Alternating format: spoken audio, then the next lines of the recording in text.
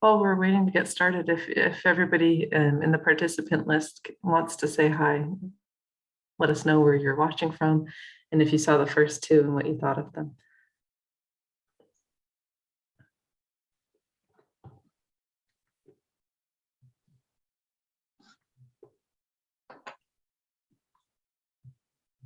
And then so should we give it a few more minutes, or would you like me to start?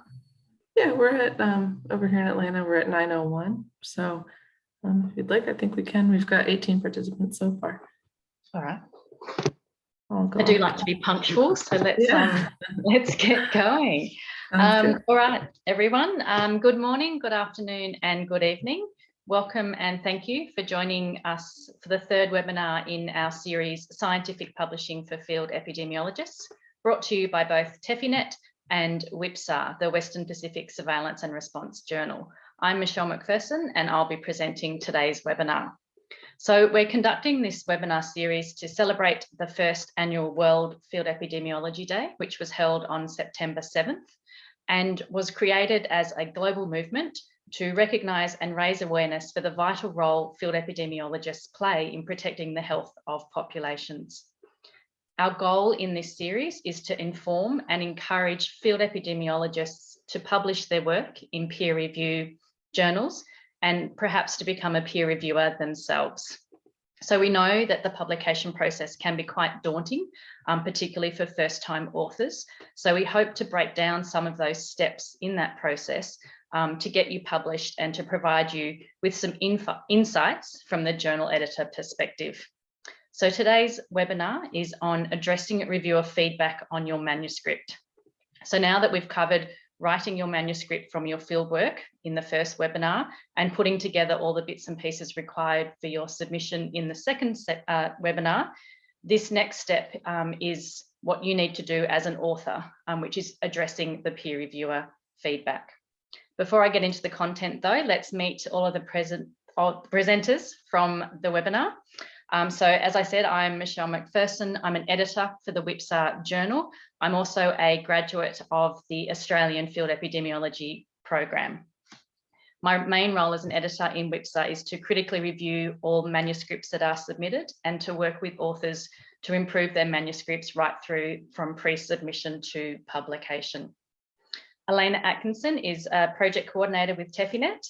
She supports knowledge exchange, community learning, scientific communication, and conference activities. And you heard her present the first webinar, and she'll be back again next week to present the final webinar on being a good peer reviewer. Ashley Arashiro is also an editor for the WPSAR journal, and she manages the peer review and technical editing processes, as well as the progress of the manuscripts through from submission to publication. And she's got a technical editing background in public health. So while I talk today, Ashley and Elena will be answering questions. So feel free to pop your questions either in the Q&A or the chat sections of this webinar, and they'll either answer as we go along, or at the end we can answer them live together. All right, let's get started. So as I said, this webinar is for those that have successfully written their manuscript, submitted it to a journal, and had it gone through peer review, and you've received your comments from the peer reviewers. And we're going to talk today about how you go about responding to those reviewer comments. So before we do that, we'll just briefly cover the peer review process. Sorry, I'm just moving that. So the purpose of peer review is to improve your paper. And for most journals, articles are sent out to 1 to 3 peers in the field for them to provide feedback on the manuscript. Now, although I am presenting this from an editor's perspective, I did do this exact thing as an author quite recently. And I know that a lot of people see the peer review process as a negative part of publishing, but I actually found it quite a positive experience because the reviewers were able to point out things that we had written in a way that we understood because we knew the work really well, but that they didn't really understood. So it was really good for us to be able to clarify the way we wrote our results, and we did rewrite the entire results section to make it really clear to someone not as familiar with our work, so that they would understand it. Jumping back now to my journal editor perspective, it always amazes me the range of comments that you get from peer reviewer feedback, but even on the same manuscript. So you do get quite a variety of comments, which can range from them just justifying or validating that yes, the methodology used was sound, and the way that the paper has been presented is appropriate. Sometimes they will highlight possible errors.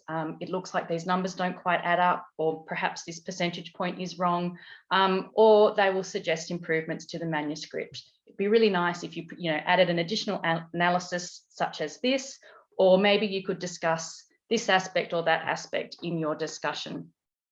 The final part of the peer reviewer process is for them to provide a recommendation to the editor for publishing, whether they think that the article as it stands is suitable to be published in that particular journal. Okay. So what's the editor's role in peer review then, once they receive the comments? So we use the peer review process to help us make a decision as to whether or not we're going to publish an article in our journal. Now, we do take many factors into consideration, but the way that you incorporate reviewer feedback and address those reviewer comments is a really integral part of our decision-making process. So highly recommend that you make this process as easy for us as possible so that we can see quite clearly and quite quickly what your responses are and how you've actually made those appropriate changes to your manuscript. It's just a lot easier for us if we can go through in a systematic way and easily see the changes that you have made. Okay. So what are some of the outcomes of peer review? Now, this will depend on from journal to journal, but in general, these are the main outcomes after the peer review process and after you have responded with your revised manuscripts. So very rarely we will accept without changes. And in the time that I've spent with WPSAR, I can remember doing this only a handful of times. So it is quite rare. More often we are asking for either minor or major revisions. And so this will include minor revisions, which are those superficial changes, a few editing here, maybe some clarifications of the way things are presented, right through to major revisions where the content actually has to be changed before it can be considered for acceptance. The fourth outcome there is to resubmit, and this is where the changes are significant enough that once you've made them, we would like to put the manuscript back through a second round of peer review. And that typically is with the same peer reviewers that looked at it in the first round of peer review. And then finally, the outcome is to reject the manuscript as it's not suitable for acceptance. Now, I just wanted to sort of say with rejection, often journals get submissions that far outweigh the number they're able to publish. So for example, some journals may receive up to 1,000 manuscripts a month, but only publish 10 to 12 in a monthly issue. So you can do the math there and see that they can't accept all papers that are submitted. So often a rejection is not because your paper is not good enough, but just because it either doesn't fit that particular article that the particular content that they want to publish in that month, or just because it's not in the top 10 of the 1,000 that they got that month. So don't be discouraged if you are your paper is rejected. Often it is just a numbers game. Okay, this slide here just shows an example of how we respond to authors after the peer review process from the WPSAR journal. So you can see here, firstly, we thank you for your submission. And then we ask you when you're submitting your revision or your revised manuscript, we do ask you to include 2 versions of that manuscript. One that's a clean final version, and the second is a track changes version, which highlights the changes that you've made based on the reviewer comments. We also ask you to include a separate document which lists all of the reviewer comments that you've received and your responses to them. And typically most journals will ask for those 3 documents. We give you 14 days to provide us with that revision, but obviously if you need more time, we can be flexible around that. And again, different journals will have different time periods for that. The second part of that letter we send you after peer review are the comments from the peer reviewers, and they're typically divided into general comments and the more specific comments of your manuscript. So this one is an outbreak investigation in response to an increase of a particular disease in a particular region. And you can see that the general comments comment on the paper as a whole. So the study methodology was robust and well described, but more detail is needed in the results section. There's also a suggestion there for redoing the analysis and requiring more detail in the methods. These sort of examples I've used here are ones that we see quite common. We do very often see reviewers requesting more detail in the methods section, making suggested changes to how some analyses are done, and asking for more detail in the discussion. The specific comments here listed are also ones that we see quite common. Specific comments in the introduction may include adding a little bit more information about the disease that has occurred in the region prior to the outbreak, being consistent with how you present your results, perhaps not including all the figures if the information in the figures are well described in the text, or sometimes it's the flip side of that. We ask for a figure instead of explaining a lot of numbers in the text. The final one as well is one that we see a lot, providing references for statements you make in your discussion that have not been referenced. Okay. So what do you do once you receive your list of peer reviewer comments? Obviously, you need to read through them and assess the level of review or the level of work you're going to have to do to make those revisions. And it's useful to, as you go through, kind of mentally either agree or disagree with each of the comments, and also think about, oh, that's easy to fix. Oh, that one might need a bit more work. Or that one I'll need to refer to co-author A, co-author B can maybe look after this one. So just read through them and mentally think about how you're going to respond to them. Share your comments with your co-authors, and as a group decide who's going to address each one. Again, just double check how long you've got to do that. And then I suggest you actually put it away for at least a day or two and not actually make any responses straight away, but just take a few days to consider your revisions and sort of let the idea of how you're going to respond to those revisions just kind of percolate a little bit in your head. If you do, your initial reaction is, there's just way too much to do. If you start straight away, you might not respond to them as well as you would if you put the comments away for a couple of days and sort of think about them before you address them. So again, read through them, decide how much work is involved, mentally agree or disagree with those comments, and then let it percolate for a while. In the letter that you include with your peer review, with your responses to the peer review, it's also really nice in that document to thank both the editors for putting your manuscript through peer review, and also the reviewer for taking the time to actually review your manuscript and provide the comments. Most reviewers do this voluntarily, and so it's just nice to sort of thank them for taking that time.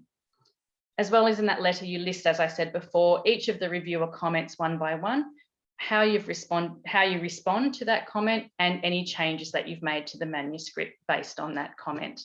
And again, as I said earlier, you'll include the two versions of your manuscript, one that's got the track changes in it to show the changes that you've made, and then a clean version of the revised manuscript that we can just read from beginning to end without the distraction of the track changes. This is an example of a response letter that we would like to receive. So again, you can see at the beginning that the authors have thanked both the editor and the reviewers for taking the time to do the review, and also sort of saying that, yes, this process did help us improve our manuscript. They then go on to say that they've addressed the comments and they've provided them in the list below. And you can see here that they've listed each of the reviewer comments and then their response to those comments. And they've done their response in italics, so it's really easy to see which bit is the reviewer's comments and which part is their response. So here the first comment used is that the software was mentioned in the abstract, but not in the methodology. This one's quite a simple one to address. So the authors thank the reviewer for identifying this discrepancy and mention that they have also added the name of the software specifically on page 7 in the second paragraph of the method section.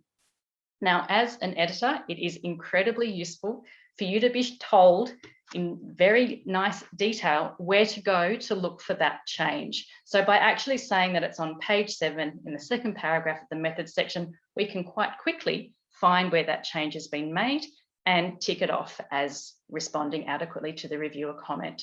And often when we do work our way through these lists, we'll have this document open and we'll have the revised manuscript open, and we'll go between the two, ticking off each of the comments as we check them to ensure that they've been reviewed. So the clearer you make this information in your response letter, the easier that is for us.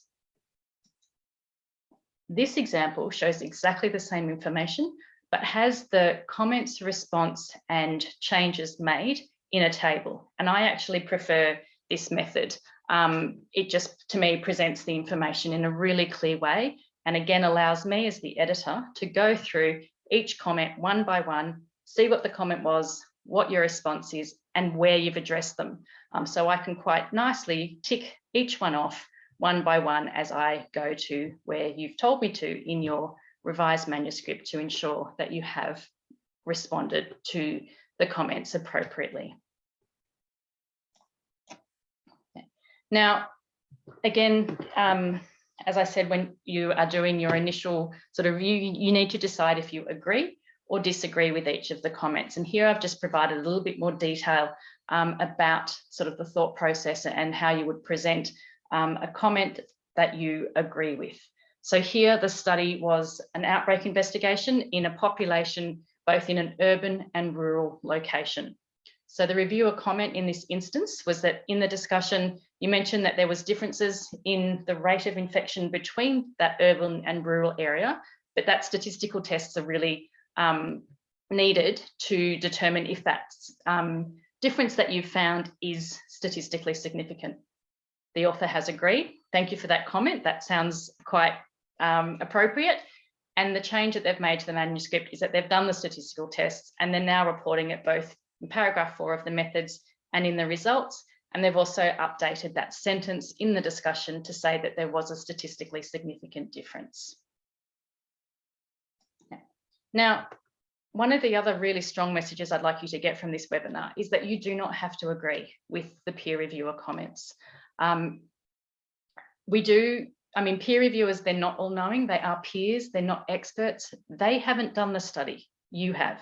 You know more about your study and how it was done and the data collection process and how you did the analysis than any peer reviewer. So often the peer reviewers will make a comment that just doesn't make sense to you, or maybe a little bit outside the scope of your work, or may just not be able to be answered. So again, that's perfectly valid. You do not have to agree with each of the comments, nor make changes for each of those comments. But what you do need to do if you don't agree is you have to explain why in your response, so that when we as the editor review your comments, we can assess your response and either agree with you, yep, this peer reviewer comment doesn't need to be addressed, fine, tick it off, or we may actually come back to you and say, you know what, we actually think you should do this. So can you go back and have another round of review where you do actually address this comment? And I think this fact that you don't have to agree is particularly important for field epidemiology papers, because often journals are unable to find other field epidemiologists to act in that peer reviewer role. So you may have non-field epidemiologists as your peer reviewer, who may not quite understand some of the methodological differences that we have in field epidemiology. Often our focus is to stop an outbreak. So we're not as concerned with robust scientific methods because we're trying to find what the source of the outbreak is.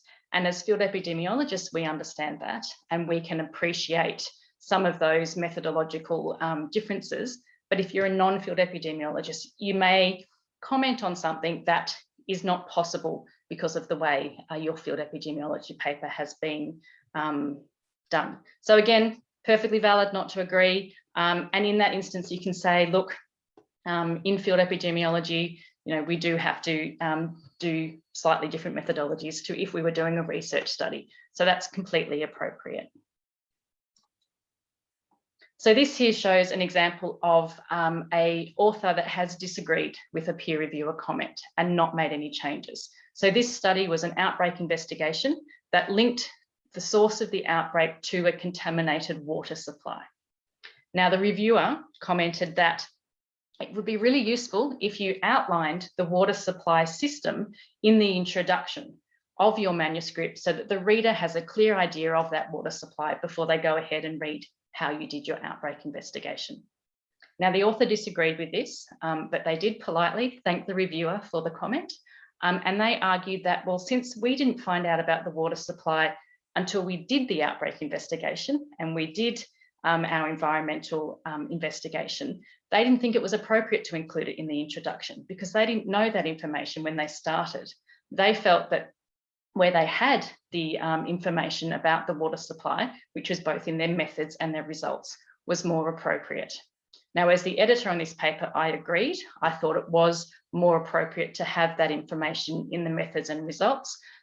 So no changes were made to the manuscript for that one.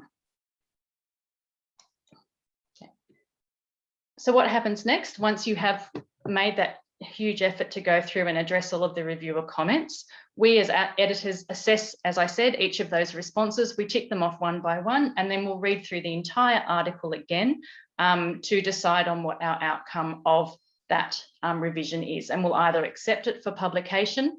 Sometimes if we don't think that you've adequately addressed the comments, or we think that you should have addressed comments that you disagreed with, we might actually return your manuscript to you and say, could you also just address, comments A, B, and C, or provide a little bit more information on reviewer comment 6 or something. We may, in our review of your paper, find other comments or other aspects of the paper that we would like you to address. And again, we will send those back to you. For some papers as well, we'll put that through, that revised version, through another round of peer review.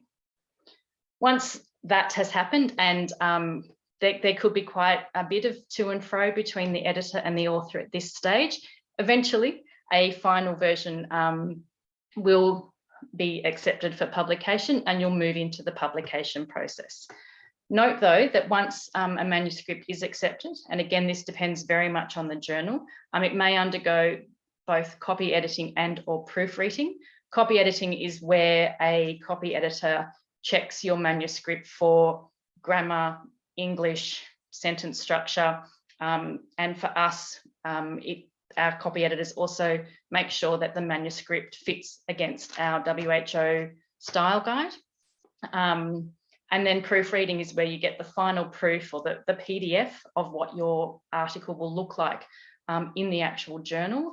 And we have some journals have proofreaders just read through that to make sure that the transcription, there's no errors in that final product. So again, once you've gotten through this stage, there may just be a couple of extra steps that you need to go through before you see your publication in print.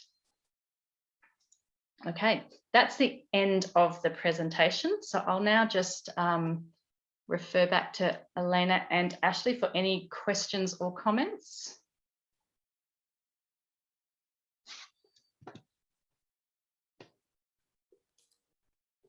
Great job, Michelle. We only have one so far that was already answered by Ashley, but maybe if you want to discuss a little bit further. So basically just trying to understand, after the reviewers comment on the manuscript and the manuscript gets revised, does it go back to the reviewer or does it go to the editor? And then Ashley gave a great response. Yep, so I'm just briefly, quickly reading that. And yes, I think I agree. In most instances, yes, it is the editor that looks at those comments. And in our experience, we very rarely, if we agree that all the comments have been made appropriately, we very rarely go back to the peer reviewers unless we're going through a second round of peer review. All right.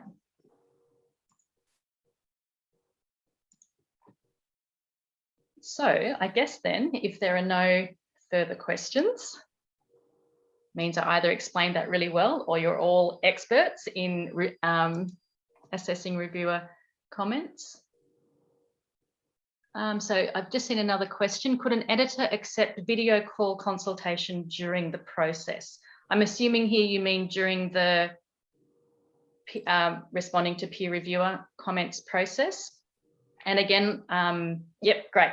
So again, this would depend on the editor. If it's I can't remember doing this specifically, although recently with one of our authors, we did ask to have a video call with them to go through, there was some fairly major issues with how the analysis had been done that weren't being adequately explained in the written form. So we did have a quick 30-minute video call with that particular author just to kind of discuss how they'd done the analysis and to provide some suggestions on how to better present that. So yes, I mean, in our experience, we have done that, and you would be welcome to suggest that to us. I can't speak for other journals, but I would suggest that if that's something you would like to do, you could email the authors and say, could we have a quick chat about the peer review or responding to reviewer comments. Ashley, I don't know if you've got anything to add to that. No, I mean, I immediately thought of that call that we did have recently with the author. Yes, other than that, though, I do not have any experience with actually conducting a call with the author, especially during the peer review process. I think as the editor at WPSAR, at least, we do the most direct one-on-one contact with the authors, either during pre-submission or right after submission, when the editors are first screening the manuscript and seeing like what it needs, if it's ready for peer review. And then towards the final decision of whether to accept or not, then the editors have a heavier hand in the process. And then maybe one final example, somebody was asking if we could see other examples of authors disagreeing. I don't think we have any prepared, but if you just Google how to respond to peer reviewers, there's usually a lot of great examples that you can see. But most of them are always just going to be thanking the reviewer or thanking the editors for the comment, and then explaining how you will make that change or not make that change. I am also just trying to mentally think of another example of disagreeing with a comment, and I can provide one from a paper that I was an author for. We were asked, so this was a paper that was looking at COVID, and we're looking at genomics, and we were asked to include a section on timeliness. And we actually did the genomic analysis retrospectively, so a couple of months down the track. So there was no timeliness component because we purposely did it retrospectively. So we were able to say, look, while we appreciate if we were doing this in real time, timeliness would be useful. We did it retrospectively, so it really wouldn't make any useful addition for us to tell you how long it took us to do the genomics because we did it 3 months down the track. So hopefully that's another sort of example of, it just isn't logical to include that information in our manuscript.